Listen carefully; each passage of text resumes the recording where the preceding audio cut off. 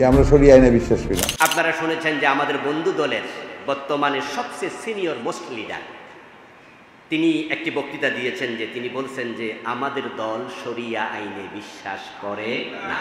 আমরা 54 বছরে ইসলামের পক্ষে এরকম উত্থান আর কখনো দেখিনি, আলেমদের এক হতে দেখিনি। এবার যেহেতু আমরা কাছাকাছি আসছি, যতটুকু ছাড় দেয়া দরকার অতটুকু দিয়ে আমরা এক হতে চাই। আমরা একটা স্লোগান ঘরে ঘরে পৌঁছাতে চাই, মাসলাক যার যার, ইসলাম সবার। আল্লাহ তাআলা দিন কায়েমের মিশন দিয়ে নবীদেরকে দুনিয়ায় পাঠিয়েছেন। আম্বিয়া আলাইহিমুস সালাম চলে গেলেন, এখন দায়িত্বটা নিশ্চয়ই ওলামায়ে হযরতের কাঁধে। আমরা গর্ববোধ করি নিজদেরকে নবীদের ওয়ারিস দাবি করে। রাসূলুল্লাহ সাল্লাল্লাহু আলাইহি ওয়াসাল্লাম আমাদের জন্য একটি বড় হিস্সা, বড় অংশ তিনি আমাদের জন্য নির্ধারণ করেছেন। তিনি ঘোষণা করেছিলেন, আল উলামাউ ওয়ারাসাতুল আম্বিয়া, নবীর বহু বচন আম্বিয়া। আমরা আলেমরা শুধু একজন নবীর উত্তরসূরি নই, আমরা সকল নবীদের উত্তরসূরি। সুবহানাল্লাহ। আল্লাহ তাআলা যত নবী পাঠিয়েছেন দুনিয়াতে, সকল নবীর মিশন একটাই ছিল, দ্বীন প্রতিষ্ঠা করো। সূরা শুরার আল্লাহ তাআলা 13 নম্বর আয়াতে এটা বললেন 5 জন নবীর আলোচনা করে। এই 5 জনের নাম বলে বুঝালেন সকল নবী এখানে ইনক্লুড। নূহ আলাইহিস সালামকে দিয়ে শুরু করলেন, মুহাম্মদ সাল্লাল্লাহু আলাইহি সাল্লাম পর্যন্ত আসলো। এর মাঝখানে কোনো নবী আর বাদ নাই। সকল নবীর জীবনের মিশন যদি হয় দ্বীন প্রতিষ্ঠা, তো আমরা যারা নবীর ওয়ারিস, তো আমাদের জীবনের মিশন কি? ওটাই তো দ্বীন প্রতিষ্ঠা। যেই আলেম নিজের জীবনের মিশন এবং ভিশন বানাতে পারেনি, ওই আলেমকে নবীর ওয়ারিস বলার কোনো সুযোগ নাই। 54 বছরের বাংলাদেশ, আমরা কি 54 বছরে বাংলাদেশে দ্বীন কায়েম একদিনের জন্য দেখেছি? তাহলে আমরা একদিনের জন্য দ্বীন কায়েম দেখিনি। অথচ বাংলাদেশে নবীর ওয়ারিসের সংখ্যা কি কম? কত সংখ্যক আলেম দেশে, এটা আল্লাহর মেহেরবানি। এত উলামা এই দেশে, দ্বীন কায়েম হলো না। দ্বীন কায়েম না হওয়াটাই প্রমাণ করে নবীদের মিশনে আমরা সফল হতে পারি না। আমরা ব্যর্থতার কাতারে আছি, আমরা ফেল। আল্লাহ এবার সুযোগ দিয়েছেন। জুলাই বিপ্লবের কারণে এদেশে দ্বীন কায়েম হওয়ার সম্ভাবনা দেখা দিয়েছে। যদি আমরা জেগে উঠতে পারি, আগামীর সূর্য বাংলাদেশ ইসলামের সূর্য হবে ইনশাআল্লাহ। এ সুযোগ আমাদেরকে জুলাই বিপ্লব এনে দিয়েছে। বাংলাদেশ ইসলামের বিপক্ষে সবচেয়ে বড় শক্তি আওয়ামী লীগ। ওদের সাথে আছে রাম বাম সব। কিন্তু সেই আওয়ামী লীগ জুলাই বিপ্লবের কারণে এখন দেশান্তর। তারা এখন নিজের নামে পরিচয় দেওয়ার সাহসও নাই। তারাই ছিল আমাদের সবচেয়ে বড় দুশমন, ইসলামের বিপক্ষ শক্তি তারা। এখন তারা যেহেতু নাই, তাহলে আগামীতে ইসলাম কায়েম করা কি কঠিন না সহজ? এই সহজ সুযোগটা করে দিয়েছেন কে? নিশ্চয়ই আল্লাহ। সুম্মা লাতুসআলুন্না ইয়াওমাইযিন আনিন নাঈম। নিয়ামতের ব্যাপারে আল্লাহ প্রশ্ন করবে। সুযোগ বারবার আসে না। যেহেতু আল্লাহ তাআলা 54 বছর পরে এমন সুযোগ আমাদেরকে আর কখনো দেন নাই, সুযোগ এসেছে, এ সুযোগ এবার কাজে লাগাতেই হবে।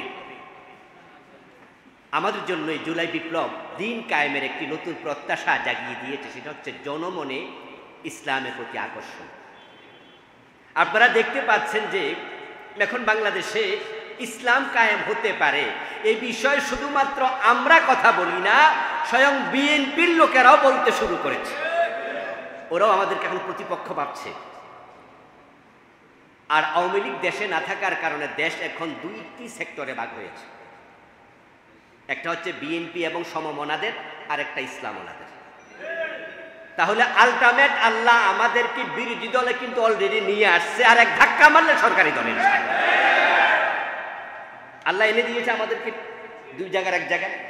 আমরা কিন্তু ইসলামওয়ালারা কখনোই 2 জায়গার এক জায়গায় ছিলাম না। আমরা অনেকেই ছিলাম 3rd অথবা 4th অথবা তারও পিছনে। কিন্তু আল্লাহ এবার 2nd পজিশনে এনে দিয়েছে অলরেডি জুলাই বিপ্লবের মাধ্যমে। মানুষের প্রত্যাশা অনেক বেশি হওয়ার পিছনে আরো কিছু কারণ আছে। সেটা হচ্ছে যারা আমাদের বন্ধু দল, তারা সুযোগ পাওয়ার পরে যে পরিমাণ সন্ত্রাস চাঁদাবাজি শুরু করছে, বাংলাদেশের মানুষ অলরেডি তাদের উপর বিরক্ত হয়ে গেছে, অলরেডি বিরক্ত। এটা আরেকটি বিস্ময়কর বিষয়, তাম দুনিয়াতেই সরকারের বিরুদ্ধে আন্দোলন হতে দেখা যায়।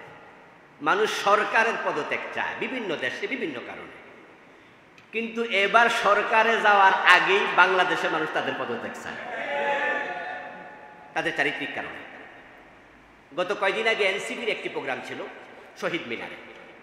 এনসিপির প্রোগ্রামে সেখানে ছোট্ট একটা বাচ্চা মেয়ের সাক্ষাৎকার নিচ্ছে কোন একজন সাংবাদিক। ওই বাচ্চা মেয়েটা সাক্ষাৎকার দিতে গিয়ে বলল যে এনসিপির প্রোগ্রামে আমি এসেছি, আমার ভাই আমার সাথে আসছে বা অমুক আত্মীয় আসছে, তবে আমি চাই জামাত ইসলামী ক্ষমতায় আসে। মানুষের মুখের মাঝে আল্লাহ তাআলা এমন একটি জয় জয়কার অবস্থা তৈরি করেছেন, ইনশাআল্লাহ আমি স্বপ্ন দেখছি আগামী বাংলাদেশ ইসলামের বাংলাদেশ হবে। আর ইতিমধ্যে আপনারা শুনেছেন যে আমাদের বন্ধু দলের বর্তমানে সবচেয়ে সিনিয়র মোস্ট লিডার তিনি একটি বক্তৃতা দিয়েছেন, যে তিনি বলছেন যে আমাদের দল শরিয়া আইনে বিশ্বাস করে না। এই কথা শুধু বলে তিনি থামেননি, তিনি আরেকটি চমৎকার কথা বলেছেন। যেটা বলেছেন এটা ছিল কদর্যপূর্ণ কথা, যে তার দল শরিয়া আইনে বিশ্বাস করেন, এটা কুফরি, এটা খারাপ কথা, এটা কদর্য কথা। কিন্তু পরের কথাটা ভালো ছিল, সেটা হলো আরেক দল তো আছে ইসলাম চায়, শরিয়া চায়, তারা করুক না। তাহলে তিনি কিন্তু আলটিমেটলি বুঝাই দিলেন যে আরেকটা দল শরিয়া কায়েমের চেষ্টা করছে, তারা করুক।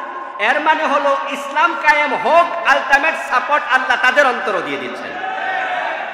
আগে তো বলতো শরিয়া আইন প্রতিরোধ করা হবে, এখন বলছে ওরা করুক না। তাহলে রাস্তা তো ওরাও দেখাই দিচ্ছে।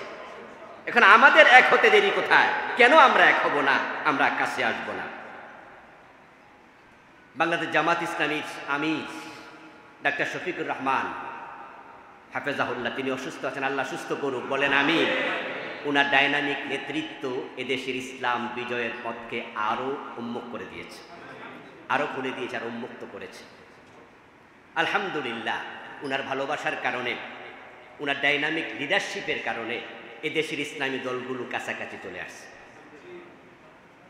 আমাদের এখানে ইসলামী আন্দোলনের যে দায়িত্বশীল কুমিল্লা মহানগরীর সেক্রেটারি, উনি এখানে আছেন, এনাম ভাই না? দেখেন যে উনাদের দলের একজন লিডার, ভালো আলেম, মাওলানা রেজাউল করিম আবরার, আমার বন্ধু মানুষ, খুবই কাছের মানুষ। আমিরে জামাত আবরার ভাইয়ের কাছে পর্যন্ত ফোন করে। আবরার ভাই একাধিকবার আমাকে বলেছেন, ফখরুদ্দিন ভাইকেও বলেছেন। যার কারণে বাংলাদেশের ইসলামী দলগুলো এতটা কাছাকাছি এসেছে, আমরা আশা করছি নির্বাচনের আগে আমরা আরো কাছাকাছি আসব। আলেমরা এক হলে জালেমরা পালাতে বাধ্য হবে। কুমিল্লার ওলামায়ে হযরতের কাছে আমার অনুরোধ থাকবে, ইত্তেহাদের জন্য, ইত্তেফাকের জন্য আমরা সকলে এক হয়ে যাই। এবার আমরা কমপক্ষে এক হতে চাই, আল্লাহ সুযোগ দিয়েছেন। আমরা 54 বছরে ইসলামের পক্ষে এরকম উত্থান আর কখনো দেখিনি, আলেমদের এক হতে দেখিনি। এবার যেহেতু আমরা কাছাকাছি আসছি, যতটুকু ছাড় দেয়া দরকার অতটুকু দিয়ে আমরা এক হতে চাই। আমরা একটা স্লোগান ঘরে ঘরে পৌঁছাতে চাই, মাসলাক যার যার, ইসলাম সবার। আপনি সুন্নি কিয়াম করেন, আপনি কিয়াম করুন, কিন্তু দিন কায়েমের ব্যাপারে আমার সাথে আসুন। আপনি কিয়াম করেন না, আপনি কিয়াম না করুন, দিন কায়েমের ব্যাপারে আমার সাথে আসুন। আপনি আলিয়া না কওমি, কিয়ামি না লা কিয়ামি, এগুলো আমরা পাশে ঠেলে রেখে মাসলাক আলাদা থাকবে, আল ইত্তেহাদ মাআল ইখতিলাফ, এই সূত্র সামনে রাখতে চাই।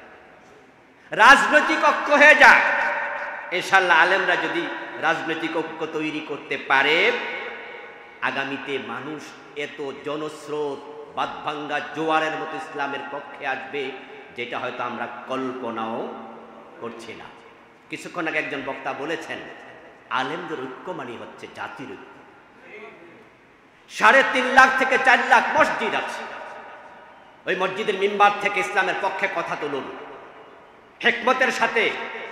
কোনো দলের নাম বলা দরকার নাই।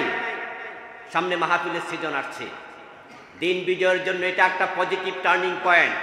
এবার আপনার নির্বাচন হবে ফেব্রুয়ারিতে, আশা করা যাচ্ছে ফেব্রুয়ারি অথবা তার একটু কম বেশি আগ পরে হয়ে যাবে পুরাটা সিজন মাহফিলের সিজন। আমাদের এক একটা মাহফিল এক একটা বিশাল বড় জনসভা হবে ইনশাআল্লাহ। প্রতিটা মাহফিলে আমরা ইসলাম বিজয়ের পক্ষে কথা বলবো। একটি সূত্র বলে আমি আলোচনা শেষ করতে চাই, সব ওলামায়ে হযরতের আলেমদের আপনাদের কাছে অনুরোধ থাকবে, হিকমাটা হচ্ছে, কৌশলটা হচ্ছে এরকম, 54 বছর ধর্মনিরপেক্ষতাবাদের শাসন দেখেছেন, জাতীয়তাবাদের শাসন দেখেছেন, তারা তো শান্তি দিতে পারেনি, দেশের টাকা লুট করে বিদেশ পাঠাইছে। 54 বছর ইসলাম তো দেখেননি, কমপক্ষে 5 বছরের জন্য ইসলাম দেখেন। যদি মানুষকে আমরা বুঝাতে পারি আর ওলামায়ে হযরতের আহ্বানে মানুষ সাড়া দেয়, ইনশাআল্লাহ আগামীর সংসদ কোরআনের সংসদ হবে। এজন্য আমরা কুমিল্লা থেকে বিপ্লবের আওয়াজ তুলতে চাই, প্রত্যেকে নিজের জায়গা থেকে সর্বোচ্চটুকু দিতে চাই, ছাড় দিয়ে, ভালোবাসা দিয়ে, বন্ধুত্ব দিয়ে, বুকে বুক মিলিয়ে আমরা একসাথে আগাবো। ইনশাআল্লাহ আগামীর সংসদ কোরআনের সংসদে পরিণত হবে। আল্লাহ সেই আঙ্গিকে কাজ করার তৌফিক আমাদের দান করুন, আমিন। আসসালামু আলাইকুম ওয়া রাহমাতুল্লাহ।